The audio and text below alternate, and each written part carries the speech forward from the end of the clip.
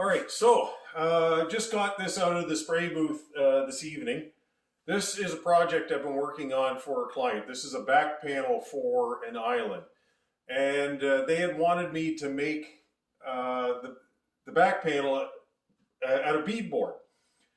So I said, okay, yeah, no problem, I can do that. And so I went back to the shop and I'm going, well, if I order sheets of beadboard, the lead time to get it CNC'd, I think, was 3 weeks at this point because we're getting closer to Christmas. And I'm thinking about it, oh man. And then I got, just because of the cutting on this, just because of the length and everything, I'd end up having to order 2 sheets of it. And it's not cheap to order this stuff. So I figured, what would it take for me to make the stuff in-house here? And I've been toying with this idea for a while in my head, and I'm going, okay, well, I'm going to give this a go.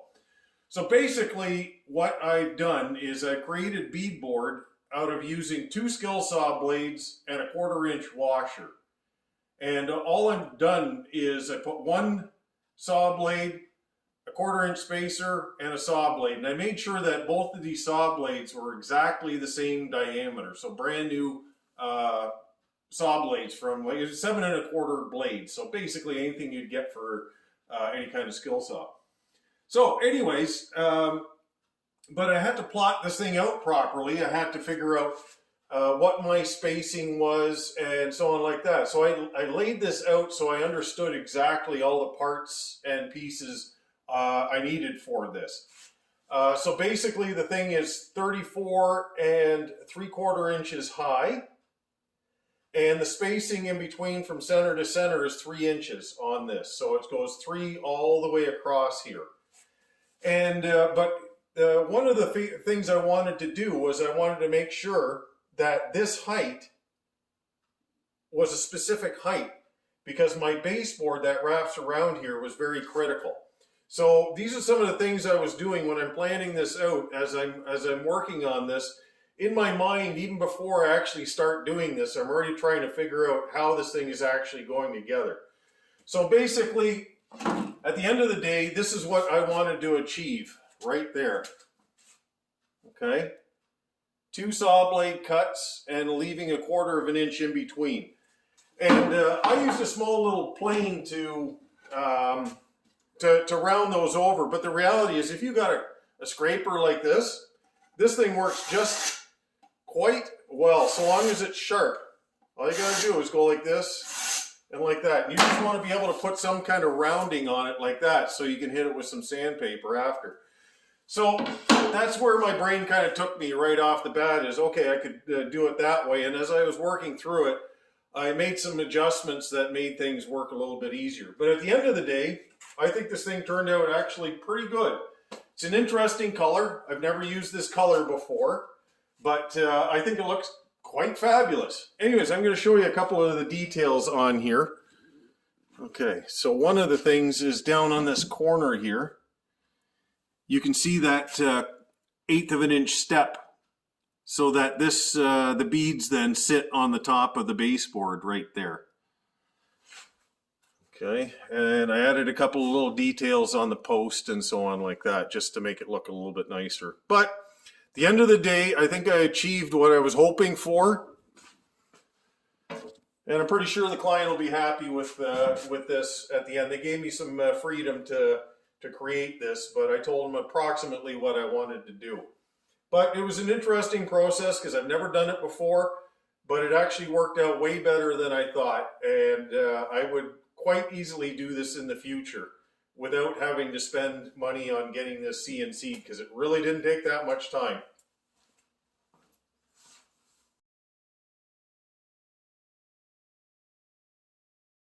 Piece on to make 54 inches, so that's 48 plus 6, 54 inches. So I'm going to run some biscuits in it with the old lamelo, and all I'm going to use is 4. I'm surprised that people they kind of hate on these things, and they like that Festool Domino is the ultimate tool, but I don't know. Like for doing stuff like this, I think I'd rather use a biscuit. So go figure. If you think cutting MDF and melamine is safe. No, not always. It's just clip the edge of the stupid thing. Now I'm leaking hemoglobin all over the place. I'll get that bandaged up once I get this glued up. But I'm going to show you how quickly this takes to do. All I got to do is strike a couple of lines. 1, 2, 3, 4. It doesn't have to be in any particular order, but this is what it takes.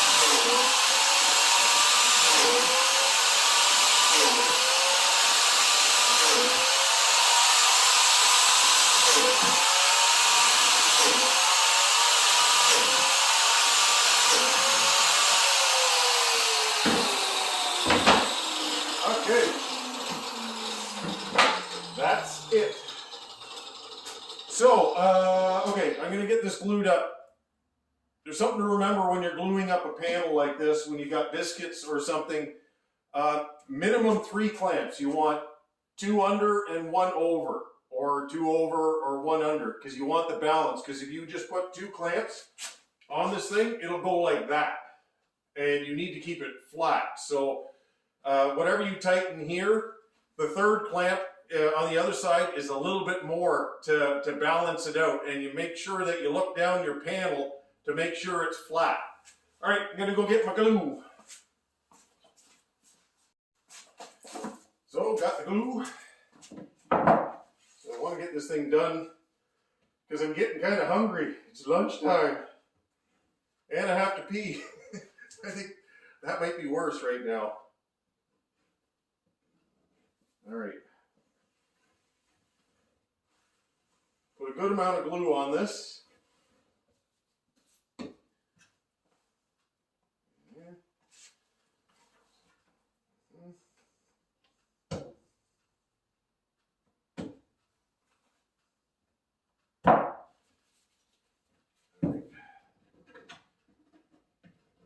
Just like to put a little bit on the biscuits itself. And you can see I put quite a bit of glue on this. I'm not worried about squeeze out. But one of the reasons I want it this way is, come on.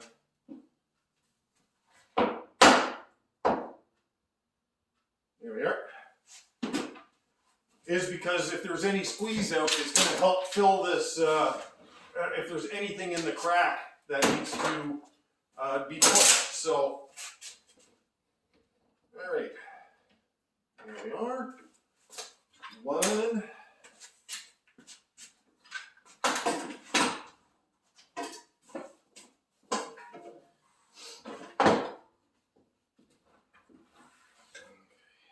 You can see this thing wants to flop over, and I've hardly put any pressure on this clamp here.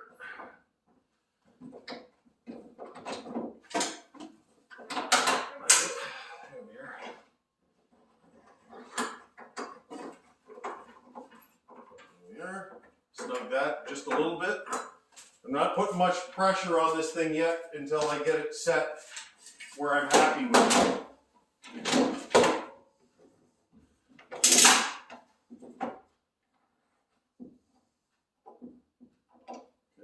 Tighten it up, and now I'm watching for the glue as it comes out. Okay, so that's just snug. That's really snug. It's snug and just snug. Look down, give it a little bit more. Perfect. Okay, and I got just the amount of squeeze out that I want. I'll take a look at this. Right there, you can see right where the biscuits are. And I've got just a light line going across there. So it's about perfect. Okay, anyways, I'll get this all finished up after lunch and get on the beadboard part. Dang it, I forgot to glue this little part on. So this is the post for my end panels. So can't go to lunch yet. So here's the setup. 2 saw blades, 7.5 inch, washer in between, 1/4 of an inch. think that was just left over actually from an older table saw, and then together. There we have it. So I got those panels glued up after lunch now. And okay, so here's what I got going on. I've got 2 blades set up in this saw with a 1/4 inch spacer in between. And I made up a new throat plate for it. And here's the thing, if you're ever making throat plates for your table saw, white plastic laminate, that's the best, because you can write on it and you cut through that. It cuts nice and clean. And I just cut a whole bunch of pieces of 1/2 inch to glue on here. So basically I make up like 5 or 6 of these at a time and just have them in the shop here. So I've got this made up, and you can see I already cut through this here once. So I've got this set up now with the right height for my groove. I'm going to run the piece through it, and I'm going to show you what I do and this sequence of moving the fence to create that that profile that you want. I'm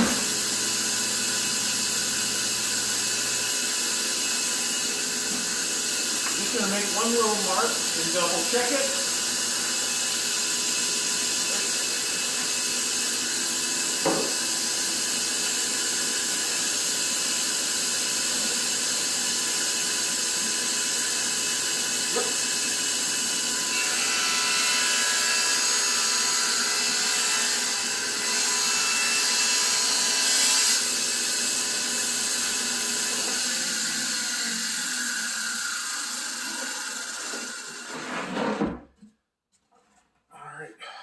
So there you have it. That's the first set of grooves right here. Okay. So then what I'll be doing is I have to round this over after. So now I'm going to do the offset and run one here, and then run one here, and then do the offset again, and keep going until I get all the way to the end.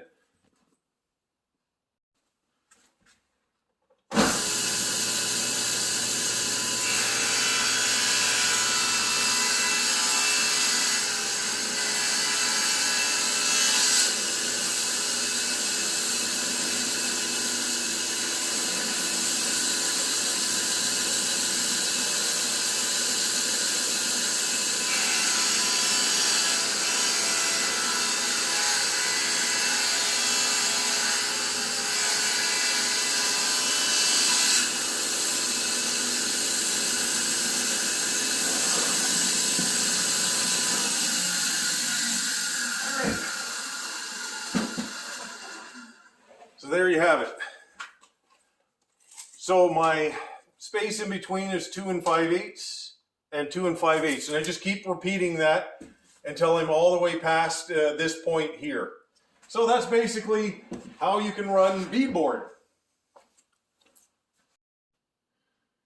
So here's what it looks like now that I got, this is the back part. I still have the sides to do, but I did it on a 3-inch center line. The panel was 54 inches. Now, there's a reason why I made that 6 inches right there, as opposed to, let's say, 7 or 8. But if it's on a 3-inch increment, look where my bead lines up, right in the middle of that panel right there. If it was over here, you know, the chances of you seeing it are way greater than anything right here, because this I can round over nicely and you won't see that. So that was one of the reasons I did that. I wanted to make sure that that was exactly on a 3-inch spacing. So now I've got to work on this side here. This panel is 29 inches, but I'm going to be working from here. That's my center line right there. So that's where I start from, and then 3 inches to center, 3 inches to center, 3 inches to center, and so on like that. And you can see it leaves maybe like 2 1/4 on the other side there. It'll be identical on that. So long as you work from the center line of your panel, everything will be exactly the same, because you're doing a double cut. So you're turning the panel and then spinning it and cutting it. So I'm ready to do my side panels here. So 29 inches, and if you look I've got that to the center of that bead at 14.5 inches. If you look over here at my cursor, okay, it says 14 5/16 right there. Okay, so that, when I do my deduction, all I have to do is keep moving the fence in by 3 inches. So the next cut I do is going to be at 11 5/16, and so on and so on and so on until it's at the end. So that way I know I'm exactly on a 3-inch center. Here's the panel now. This is the side panel on it. Now I want to round it over, and you can see I already did this one here. But here's the thing. I want to round that over as quickly as possible. So what do I have here? I've got a rabbet plane, and I have another rabbet plane. This one I actually made years ago. But here's an interesting little tool that I bought, and it was actually, I've got a cabinet that I've got a display of tools, and these are these little micro tools that came from a company called Vertex, I think it was. And they had this thing, and I just bought it more for show, and I'm thinking, hey, this thing actually may work. Well, it worked brilliantly on this. So 2 passes, and I was able to round it over. A bit of 80, cleaned everything up nicely. I'll show you what I mean.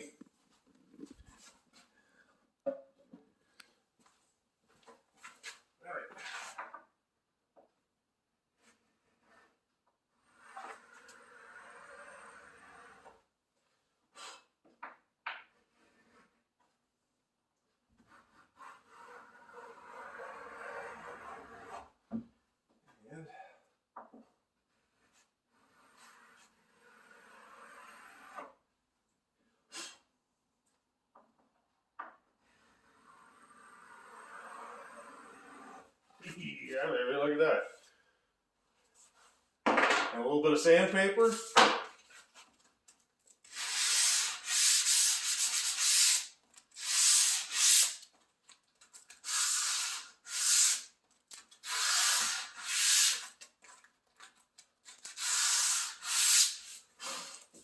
All right, I'm going to show you what that baseboard looks like and the detail and why I've done it this way.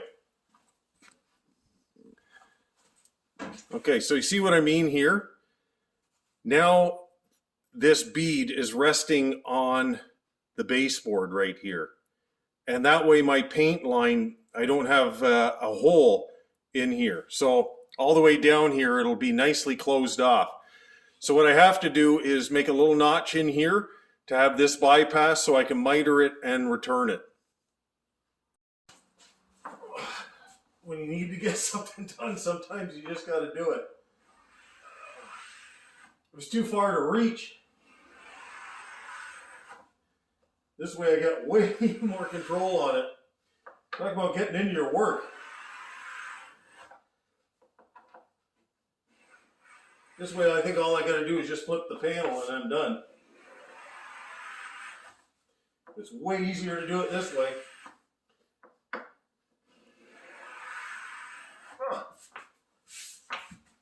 There, probably have to flip that.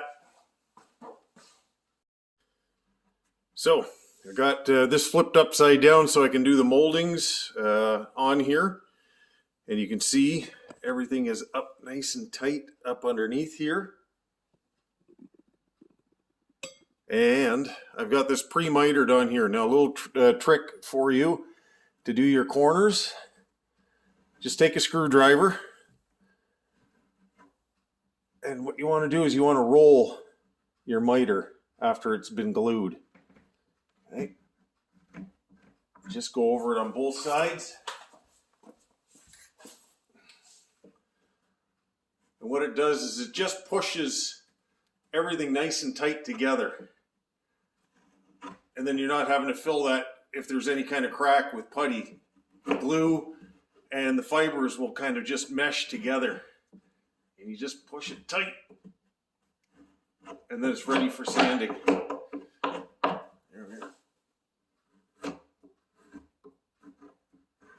Okay, little trick. Crown molding works like that. Baseboard works like that as well.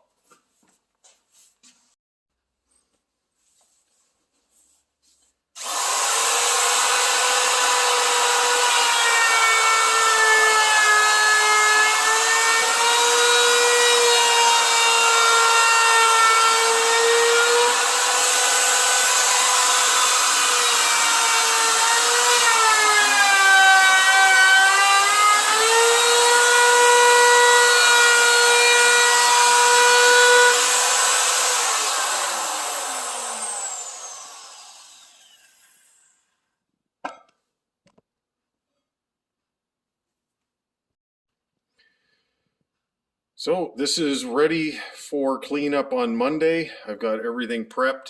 Everything can dry. Putty's in. I made sure that all cracks are filled. I still have one spot here I just noticed I got to fill. Always do your corners because they'll bridge and it's a real bugger to fill in later on. But it's all puttied.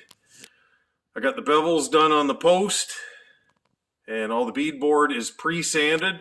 Just have to sand the faces and just do a mild cleanup on that, but it's ready to go. I've got the returns done. This is dishwasher side, so it gets just a simple return. That gets a return butted into baseboard on that side. So there you have it, custom beadboard.